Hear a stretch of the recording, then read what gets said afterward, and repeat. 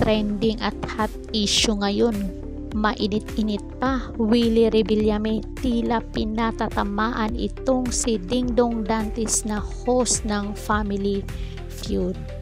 Bakit kaya? Ano kayang dahilan na pinatutsadahan o pinaparinggan itong si Dingdong Dantes ni Willie Rebillame?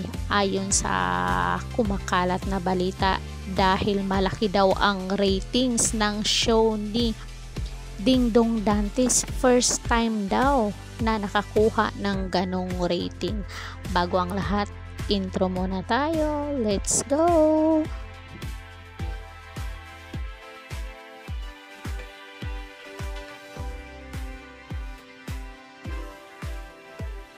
Please subscribe Caridad Official TV.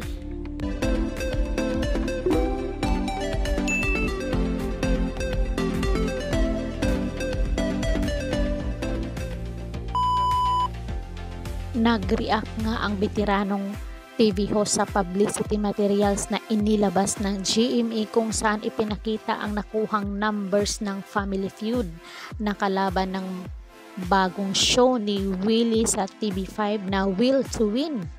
Nagpasalamat ang GMA sa nakuhang 9.6 ratings ng Family Feud. Last Monday na siyang pinakamataas na numero sa labanan ng mga programang nasa naturang time slot. Sipa ni Willie, kung may makikita kayong ipinapakita nila ang ratings nila na mataas sila, hindi po kami naaapektuhan kasi ang puso namin nagbibigay ng saya at pag-asa sa inyo. Saad ni Willie. At may dagdag pa siya nito, okay lang naman lahat yan, di ba ganun talaga? Wala naman kaming basta kami tuloy-tuloy lang magtrabaho dito sa TV5. Ayusin namin, mapasaya kayo araw-araw. Ibinandira pa ng TV host sa publiko na ang Will to Win ay isang original concept at hindi binili sa ibang bansa. Sa mga hindi pa aware, ang Family Feud ay isang game show mula sa Amerika. Siyempre doon ako sa gawang Pinoy. Will to Win tayo. Yun nga ang sabi ng isang netizen na wala daw bago sa Wawawi. Noon pa sa Wawawi, Will to Win, wala daw bago, ganun pa rin daw. At least nakatulong, hindi napasaya niya yung mga tao. Ganun naman talaga yung gusto ni Willie, yung mapasaya ang mga tao at makatulong sa mga tao.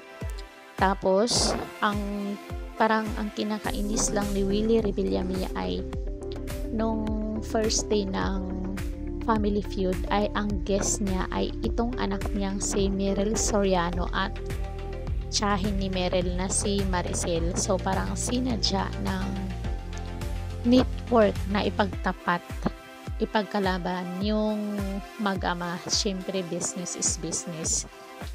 So yun lang din yung komento ko doon.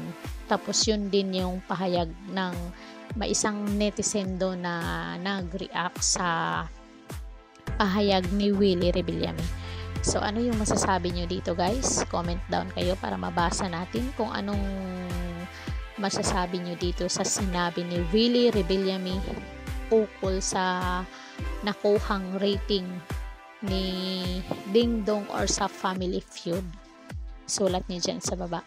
Don't forget to like, share, and subscribe Caridad Official TV. Hanggang sa muli. Thank you so much.